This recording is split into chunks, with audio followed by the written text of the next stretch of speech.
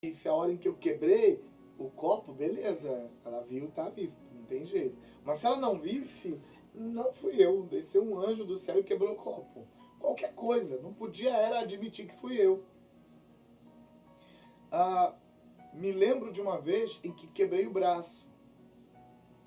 O meu medo de admitir erro era tão grande que quando a minha mãe foi saber que eu estava com o braço quebrado, a vizinha já estava voltando comigo do hospital.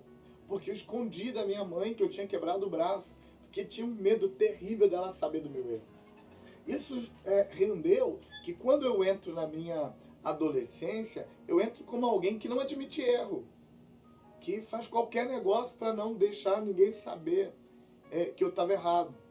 Deu trabalho na minha juventude, através da cura interior, para eu perceber que errar é humano, que errar é normal, que as pessoas erram mesmo, que as pessoas cometem acidente ou fazem maldade. E que quando eu faço, eu preciso chegar para as pessoas e dizendo para elas que eu errei. Quando meus filhos nasceram, eu fiz questão de treiná-los entendendo que acidentes acontecem, que errar é normal e que as pessoas erram, que quando erram precisa admitir que erraram, contar que erraram e pedir perdão. Então, para eu entender o nono passo, eu preciso entender a sentença reparação direta. Mas a próxima sentença que eu pedi para você grifar é a sentença sempre que possível.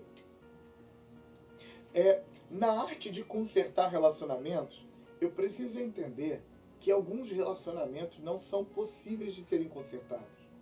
Na arte de consertar relacionamentos, eu tenho de entender que, às vezes, tem coisas que me impedem. E aí, quando me impedem, eu preciso aceitar que não é possível e, naturalmente, criar formas criativas de resolver o problema emocional da minha alma. Por exemplo, eu já fiz ministrações e acompanhamentos com pessoas que a pessoa que estava na lista dela para consertar morreu. Mas a dor que ela sentia na alma por conta do dano causado àquela pessoa que morreu era tão grande que ela precisava consertar, que ela precisava resolver aquilo com aquela pessoa, resolver o relacionamento, porque a perseguia. Me lembro de vários casos assim, e na maioria dos casos eu consegui resolver colocando a pessoa na frente de uma cadeira, imaginando a pessoa a quem ela tinha uma dívida na frente dela, e ela fazendo, um momento de desabafo com a pessoa, expressando a dor de vilã, a dor de ter feito mal à pessoa, porque aquela pessoa morreu. Então eu tenho que entender que não dá mais. Depois que a pessoa desabafou com o indivíduo imaginário ali, nós entregamos o pecado dela para Deus, porque uma vez que essa pessoa morreu, ela agora pertence ao controle de Deus. E, portanto, o erro dela é uma dívida com Deus. Então, indiquei a pessoa para entregar o pecado para Deus, pedir para Deus liberar perdão e liberei a pessoa para a pessoa se sentir melhor. Na maioria dos casos, essa ação resolve. Mas primeiro, antes de fazer essa ação, a pessoa tem que entender que, às vezes, não é possível. E se não é possível consertar mais, não é possível. Eu me lembro de 1 ou 2 casos em que recomendei a pessoa ir no cemitério e falar para a lápide. Claro que a pessoa não está lá mais, a pessoa já foi, mas é uma forma de resolver a alma. Se conectar com um objeto, com alguma coisa que está conectado à imagem de lembrança dela da outra pessoa. E, gente, nós não estamos lidando com o mundo espiritual, não estamos invocando mortos, não estamos chamando os mortos do mundo dos mortos. Não tem nada a ver com isso. Tem a ver com resolver uma questão emocional. Minha alma está ferida e ela sente uma dívida com relação a um fulano que já morreu. Vou fazer isso só para liberar minha alma, mais nada, e que o mundo espiritual saiba que não estou invocando os mortos. Mas é preciso entender que algumas vezes não é possível. Às vezes essa pessoa foi embora, sumiu, e eu não tenho mais o endereço dela. às vezes, essa pessoa é muito intransigente, muito endemoniada, muito problemática, e eu sei que se eu for falar com a pessoa, ela vai ficar violenta comigo, vai me atacar, vai fazer alguma coisa que não faz sentido eu fazer conserto com essa pessoa. Então é muito importante entender que às vezes não é possível. A próxima sentença que eu pedi para você circular é salvo quando. Salvo quando implica que algumas vezes é possível, mas você não deve fazer. E algumas razões podem ser colocadas na mesa. Algumas vezes, a dor para consertar é maior do que a dor de não consertar. Por exemplo, algumas vezes, o seu conserto vai custar um preço tão grande para você, fisicamente, socialmente, emocionalmente, para a sua carreira, e que você... E nesse caso eu recomendo que você não decida isso sozinho. Se você está numa situação dessa, procure seu conselheiro, procure seu mentor, procure quem te acompanha e converse. Não resolva isso sozinho. Porque as chances de, ao resolver isso sozinho, você tomar a decisão errada é muito grande. Então resolva isso com alguém. Mas muitas vezes é preciso chegar à conclusão de que eu resolvo o problema e eu ganho um alívio. Mas eu ganho uma outra dor que é muito maior do que a dor anterior. Às vezes é melhor você ficar com a dor anterior. E claro, ficando com a dor anterior, você vai buscar maneiras criativas, como no item anterior de não é possível, de resolver o problema. Tem formas criativas de se resolver sua alma. Mas, por exemplo, uma pessoa que num passado distante cometeu um crime, mudou de vida, aceitou Jesus, está servindo a Deus, está andando com Deus. E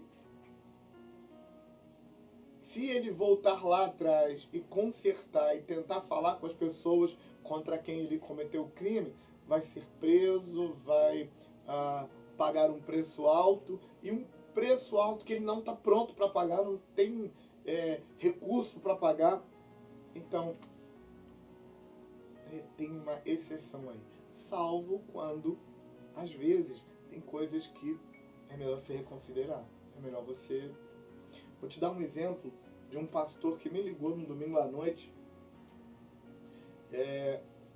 me dizendo que ele precisava de ajuda porque ele tinha cometido adultério com uma pessoa que era membro da igreja dele. E quando falo membro, era uma mulher, tá bom? Porque vai que você não entende essa questão e pensa que o pastor teve um caso de homossexualidade, de homossexualismo, que também não seria muito diferente. Mas o fato esse pastor se envolveu com uma mulher, membro da igreja dele, e eles foram para um motel e a mulher era casada, o pastor também era casado, e a culpa que ele sentiu foi tão grande que ele se envolveu na quarta.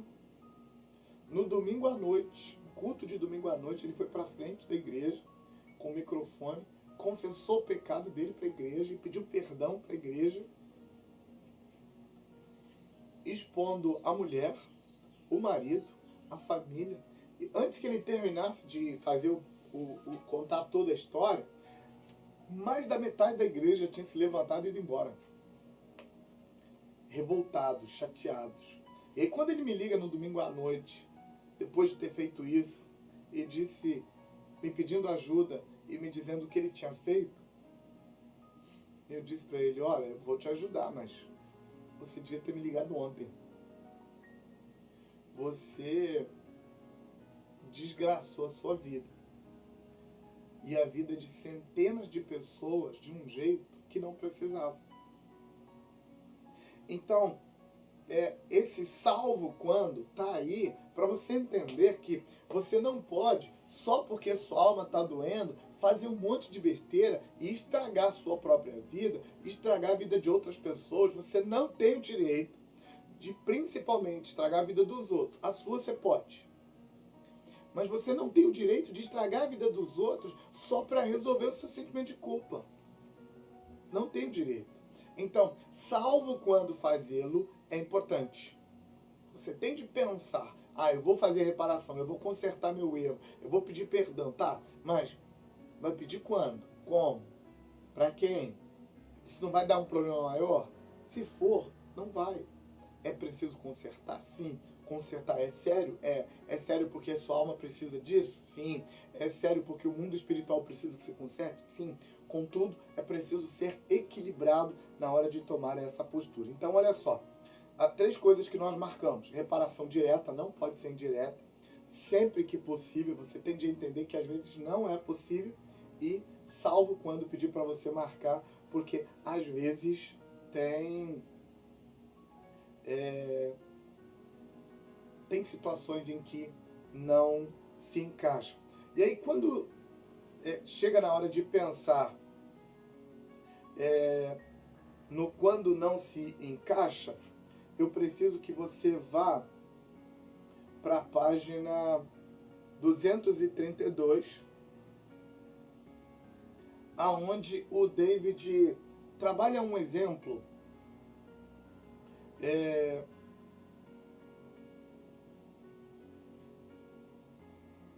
de um marido que trai a mulher, para ajudar a gente a perceber que tem exceções e que você precisa trabalhar essas exceções com seu líder. Então, você já fez a sua lista no 8º passo, você está pronto para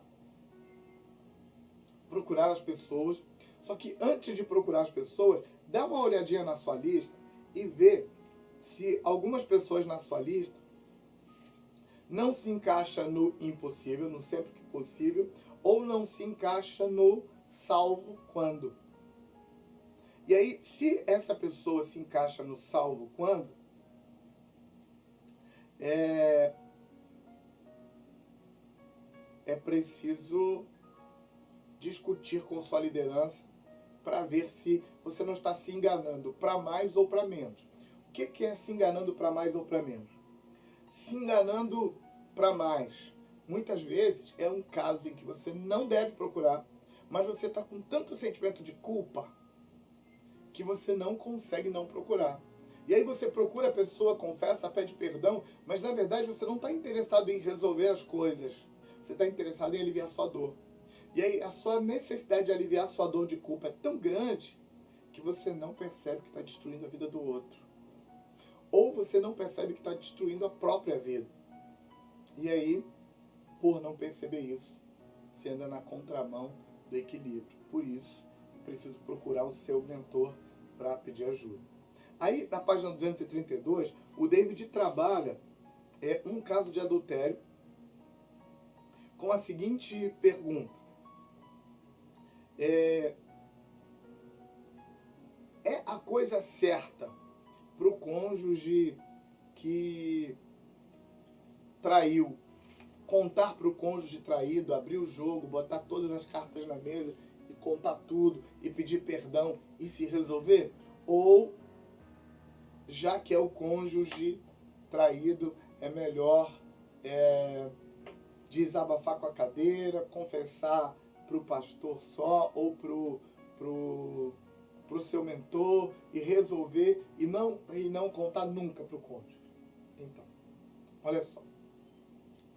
Tem algumas respostas e, por favor, guarde todas elas. Não guarde uma resposta só.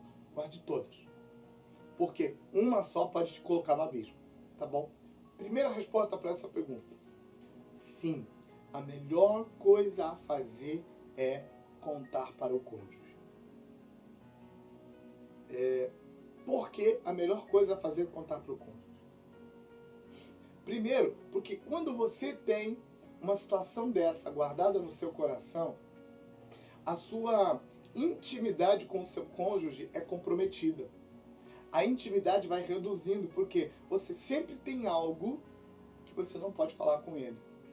E quando você abre o coração, se o cônjuge entender, se houver perdão, se houver entendimento, se houver conserto, a intimidade entre os dois cresce para um nível fenomenal, porque os dois ficam com a sensação de que não tem nada para esconder um do outro. Os dois viram cúmplice num nível de cumplicidade que é um fenômeno. Então, o perdão, a cura, o conserto fica uma coisa muito mais completa quando você abre o coração e conta para o seu cônjuge e põe tudo na mesa. Então, resposta para a pergunta, conta ou não conta para o cônjuge? Melhor coisa é contar. Além do que, se você resolve que você não vai contar para o seu cônjuge, a probabilidade de a qualquer hora você mentir é muito grande. Porque é muito perigoso, de um abismo chama outro abismo. Aí você não quer contar. Aí para não contar, num dado momento seu cônjuge faz uma pergunta que se você disser a verdade, ele vai deduzir o resto. Aí você mente. Então, mentir não é uma ferramenta nossa. Então mentir de jeito nenhum. Se você tiver que escolher entre mentir e contar para o seu cônjuge, conte para o seu cônjuge. É melhor você encarar as consequências do seu cônjuge saber do que encarar as consequências de você ficar mentindo.